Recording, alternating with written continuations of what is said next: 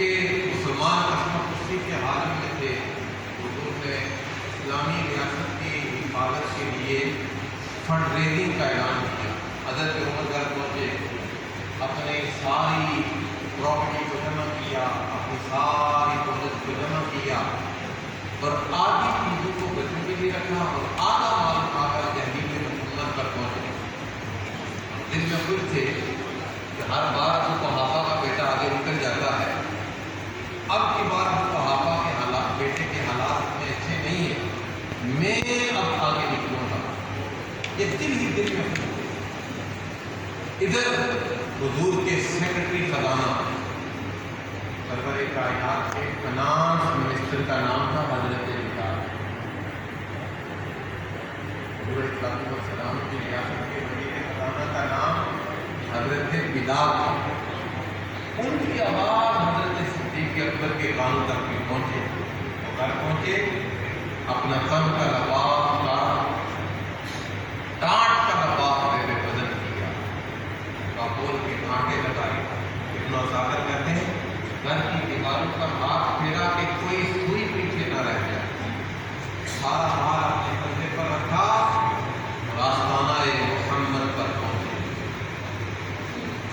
حضور علیہ السلام حضرت عمر خود تھے کہ میں آدھا مال لے کر آ گیا ہوں، کیونکہ ابو قحافہ کے بیٹے کے مالی حالات اتنے اچھے نہیں ہیں۔ لیکن حضور کی بارگاہ میں جب دونوں صحابی اپنا مال لے کر پہنچے، حضور نے سوال کا حال ہی کر دیا۔ سرکار دلوں کی کیفیت کو جب سوال کیا بنتا تھا، مثلاً بھائی صاحب مال لے کر آئیں گے، یا کوئی اور کسی مسجد میں آپ کسی جگہ پر مولانا صاحب کی خدمت کریں تو آپ کہیں جی یہ مال میں آپ کو پیش کرتا ہوں، تو کہیں جی گھر کتنا چھوڑ کر آئے ہو، تو آپ کو فوراً آپ کے ذہن میں سوال اٹھائی جانا شروع ہو جائیں گے، کیونکہ موقع کا سوال نہیں ہے۔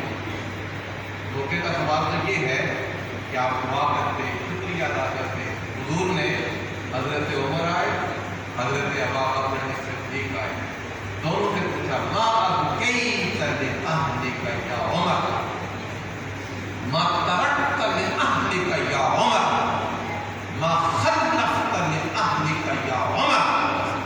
جب یہ سوال پوچھا تو حضرت عمر انگشت بدن دان رہ گئے، کہا اَغْنَيْتُ مِثْلَهُ یا رسول اللہ، جتنا مال یہاں لایا ہوں اتنا گھر والوں کے لیے بھی چھوڑ کر آیا ہوں۔ اور یہی سوال حضور نے جناب ابوبکر صدیق سے پوچھا۔